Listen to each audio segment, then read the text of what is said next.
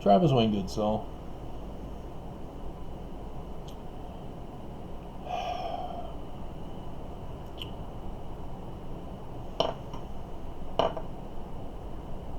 I have some time. I would prefer to go back to watching more of Castle again. I have finished digitizing it so I can watch it without the need for plugging in a DVD to my computers. And if you're unfamiliar with Castle, it's about a murder mystery author who's in the pilot episode. The police find that the killer is almost copycatting, almost, that's how they catch him, his Castle's books. And so if you're unfamiliar with why I would have an interest in that, it has nothing to do with a murder mystery author. It's because his daughter is a little redheaded girl. Hello, have you not been paying attention to my videos?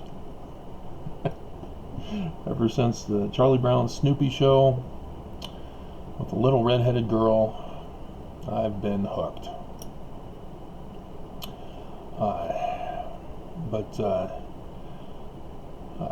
Yeah, it's interesting. Stana Katic is supposed to be this tough, strong woman cop who doesn't put up with men's crap.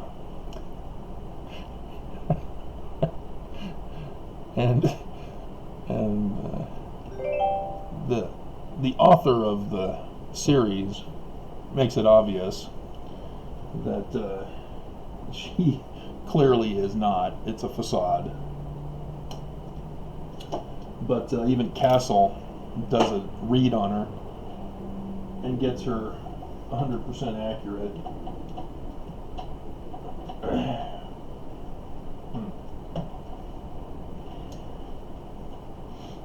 But what's interesting is that Castle, in his read,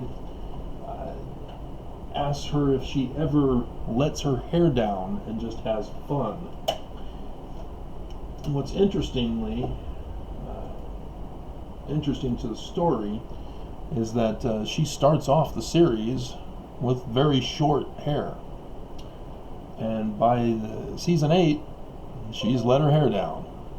And that's awesome.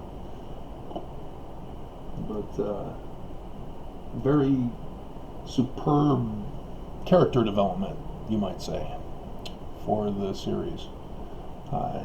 Whereas some other shows, they fail to be nice about it. There are just some instances, like, for example, if we were to go back to X-Files, which I loved, David Duchovny was awesome. Gyllenhaal was also, Gillian. She was awesome. And of course, when I was watching it with the woman formerly called my first wife, she also caught on that the woman was science-based, and Mulder was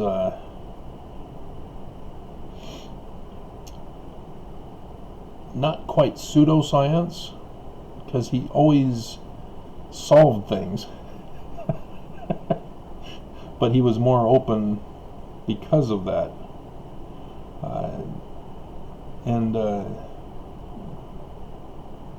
So that woman formerly called my first wife started to watch it with me, but she was starting to recognize that the character development of Chris Carter was to make Scully more like Mulder and Mulder more like Scully. And so she stopped watching after a few episodes, even though it was intended to be our show. But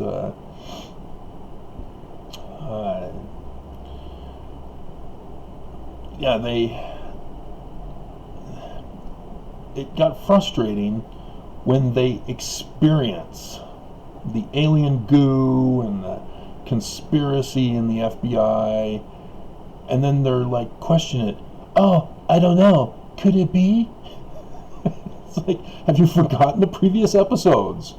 And with so many writers for the show, okay, I can sort of understand, but they should be referring to each other.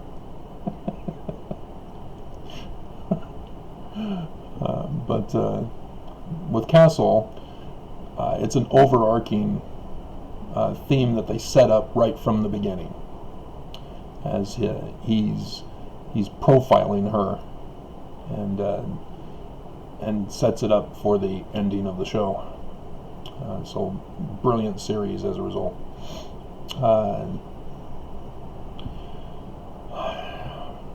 But that also got me wanting to get to my writing again, typing technically, with research into Paleo-Hebrew, Egyptian petroglyphs, but also other areas that I've got billions. And if you're unfamiliar, these are all the stuff I've never gotten to as videos, which could easily be turned into books. Everything I do could go one way or another, even audio. But that's not all. There's also this. All of these are also book ideas and video ideas or audio ideas or whatever. So yeah, I'm way behind, even though I've done tons already. But I've been wanting to get to the second edition of the real LDS Church history. Since doing videos, I've found some other stuff that changed the narrative that I need to do a second edition of, and get to some other previous publications prior to learning what I've learned about the church. Even some fiction novels. I have a new outlook on how my Book of Mormon code fiction novel is going to go now. It's quite a bit different from when I first envisioned it. But I have that one in mind. And is it history or is it fiction? I will not answer that question. I will, if I ever get to it, I will just lay it out there. And then I also have my Star World series. It's huge. Somewhat based on the game. I still need to organize. Probably should look to see if I could use some more Lego characters. But I need to do the game manual. I need to do that. But Star World is it's similar to Stargate, Star Trek, Star Wars, Battlestar Galactica, all of them all tied into one. It's just another science fiction series with the intention of specific spin-offs, so that you start off with Star Worlds, and it's the main series, and then they discover another planet civilization, and that becomes a spin-off as the main series continues on to the next place. And then once they discover that place, then a spin-off from that. And then the spin-offs will then tie back into the others, and major movie events and all that type of stuff. So it's quite an undertaking, and would like to get to that. But with the election over with and Trump pretty much silent, tweets is all he's pretty much doing. He did a warp speed update for us, but other than that, I've not really needed to pay much attention to the news, as I've got a lot more free time now, and fulfillments have already happened for the latter days, and so I can go over all of that now and put those into publications and make those available. But yeah, there's still the looming death threats that are ever present in my life, and so I'm not sure what I will be allowed to do, because nobody wants to leave me alone. If you're wondering, I'll be putting much of my stuff on academia.edu. I may check out Patreon. I'm not sure. It's just a brand new thing I've found, and I don't think it's invested in by the church. So maybe they won't attack me on that. I don't know. But yeah,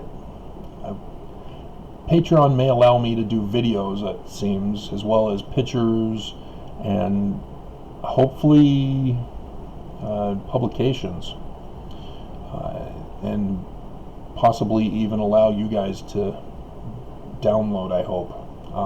I still have to check it out, but if it could be like my old website, then yeah, that would be great. We can go back to starting up my business again. But Amazon, yeah, I'll probably do stuff on that, but they are upping up their prices for things, and so I have to charge more because of their requirements. And there are too many people suffering financially in the world that I don't really want to go through Amazon. So that's why academia.edu. But they don't allow for videos or audios, only PDFs. So we'll see.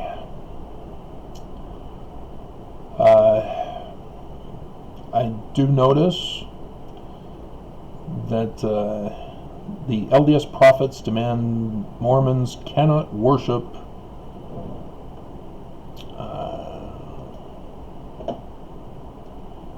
save in church and temple. It's starting to creak back up again.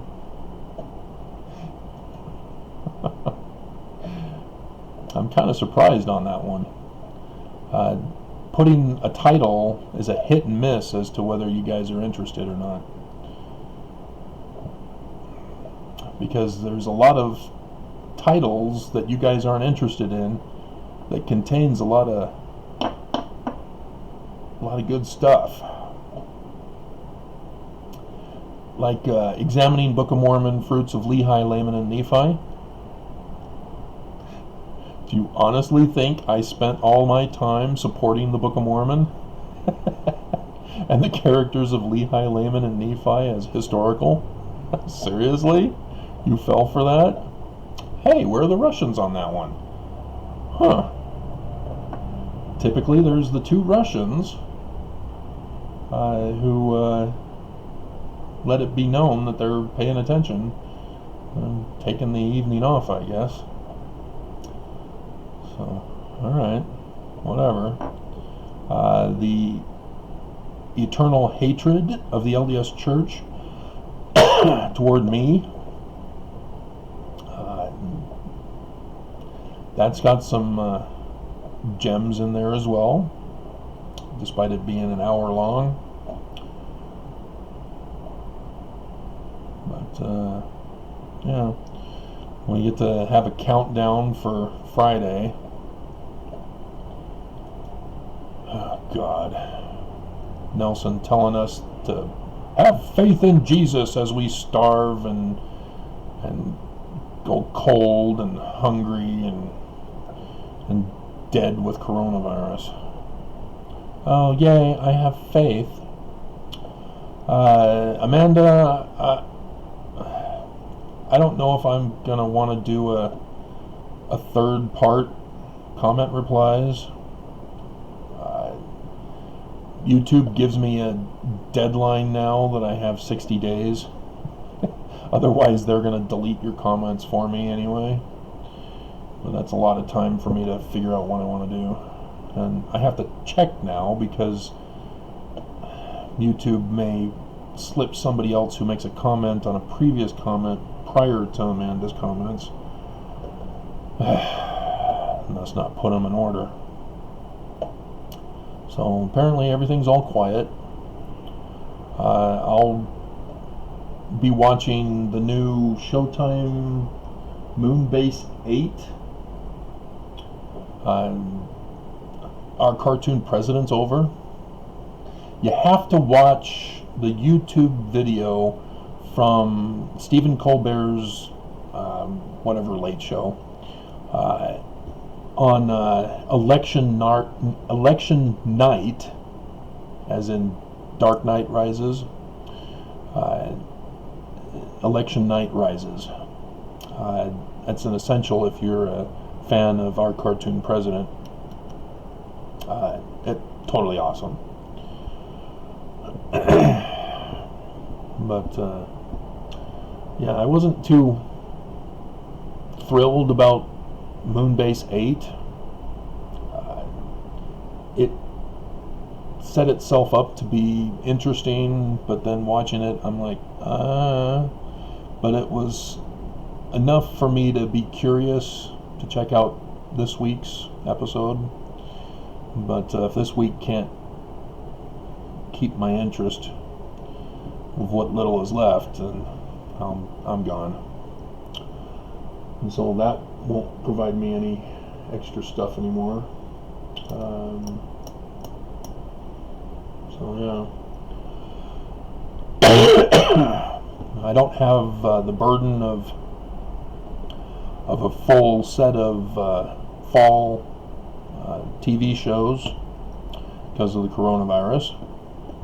So again, more time for me to start thinking about doing other things now, which is also why I'm seriously considering getting back into writing. But again, this is why the church came after me, and death threats followed, is because nobody wants my information out to the public. Despite a geologist on academia.edu who, in his retirement age as a former geologist, as he advertises himself as, he throws a lot of fallacious pseudo-psychological science at me. I keep trying to tell him to please take his hate elsewhere, and he just keeps pushing back. So maybe he's not really a geologist as he claims. He's a fake profile, which is very likely, because he throws out accusations as if he's never even read my book that he's complaining about. So just why hate? Why? I don't go on to Mormon sites, the Kwaku or wherever, and make comments of, you guys are evil, you worship Lucifer, you're going to burn in hell. Stuff like that. I don't do that. But they do it to me. You know, they can't just say, we're going to do our own channel, and those who are interested are going to be interested. I mean, they have tens of thousands, if not hundreds of thousands of viewers. So why do they feel the need, or their viewers feel the need, to come and attack me? None of them took me up on my challenge to debate. They're all scared because they know I'll kick their butt. Because I use the Mormon scriptures. And what do they use? Tradition, tradition. That was bad. Don't even think about it. Don't even think about it. Princess Bride. But, yeah, Mormons have no leg to stand on. Literally. I mean, I just point out the evidence of the carving in stone at Temple Square and the carving in bronze on State Street. That's why they're all scared to debate me. They'd rather go off and attack some Christian who has heard things. Yeah, way to go to convince them to join the church, guys. Good thinking. Attack them. So, alrighty. Only a moderate amount of people were interested in my Mormon Eloi, all clear on darkness of the word of the LDS Morlock prophets. I still need to watch 1984 and take notes to do a comparison with the church in 1984. I tried to do a video series on comparing the church with Sound of Music, but the YouTube Mormon employees quickly flagged my video to complain to the company. He's copywriting, he's violating copyright of your movie. No, I'm taking clips and segments and commenting on them. So yeah, when they eventually responded, they're like, yeah, we don't care. He's fine. He's not violating copyright. So YouTube backed off, but they won't leave me alone either. They don't understand. They create their own copyright laws in violation of the actual copyright laws and claim that their laws are the law. And then therefore anybody who violates it are in violation. The whole concept is screwed up whenever they want to go after somebody. And they want to go after me. So, alrighty. I mean, at least this lets me know that if they weren't attacking me on YouTube, that I'd have the same number of views as I did on my old channels. It's just the same number of subscribers. I noticed a huge increase lately. I guess it must be the newer stuff I'm putting out. I'm assuming. I have no idea. It just says somebody subscribed. It doesn't say what video it was that got them interested to subscribe for. So welcome, guys. You got a lot of stuff to catch up on to figure out what's going on with my channel.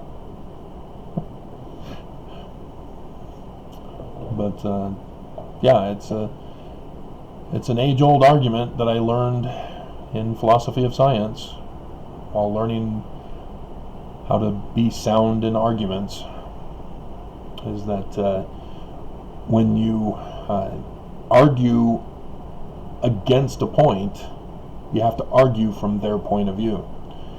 And so I don't argue Mormonism as an anti or ex-Mormon. It would be a fallacious argument. I have to argue Mormonism as a Mormon. I have to use Mormon scriptures. I have to use the Mormon understanding to confound Mormons. And it's so easy to do. And that's why Mormons do not debate me. And they just hate me. And, well, it's just the Russians, but...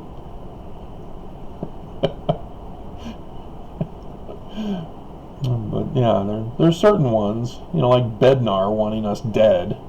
Mormons were not happy about that. Well, what do you think now, guys?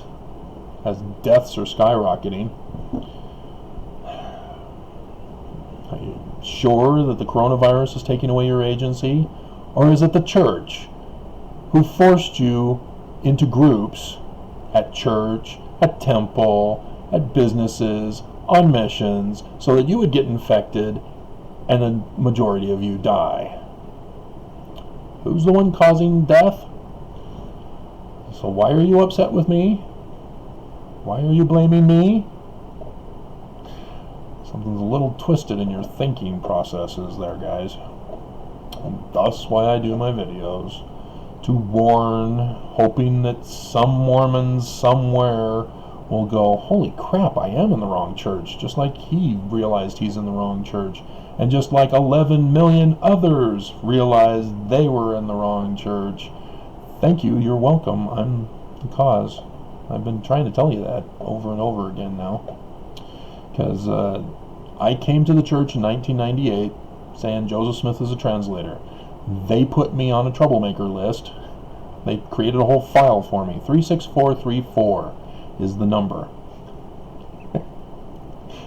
And as a result, they thought it was necessary to inform all of you that Joseph is not a translator, that he just receives revelation.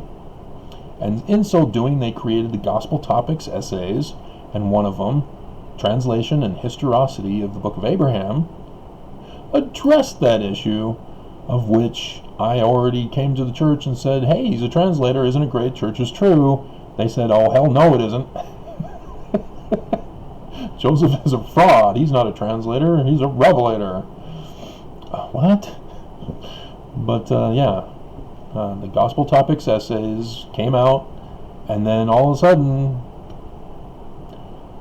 mass exodus from the church. Not people sending letters to the bishop, take my name off the records, I want nothing to do with this evil empire. No, it's just people just don't show up. That's what Utah Mormons do. If they don't like something, they just walk out. They just don't go. That's how they let you know they disapprove. And so the church got a good old slap in the face of this back in 2012, right after putting out the Gospel Topics essays. I mean, when you tell Mormons that you've lied to them and deceived them this whole time, yeah, they're going to express their displeasure, as is cultural tradition here in Utah, to shun you. Bishop Hammond told me, oh, we don't shun in my ward. And when was the last time anybody's come over to see me? I've been shunned. So, yeah. That's the culture. And so, yeah, there are a lot of people out there who want to know my information, but because of the damage the church has caused, and YouTube employees with their analytical programs, yeah, I'm just not able to reach the numbers that I need to. They're all going to John Delan. So, alrighty. Nighty night.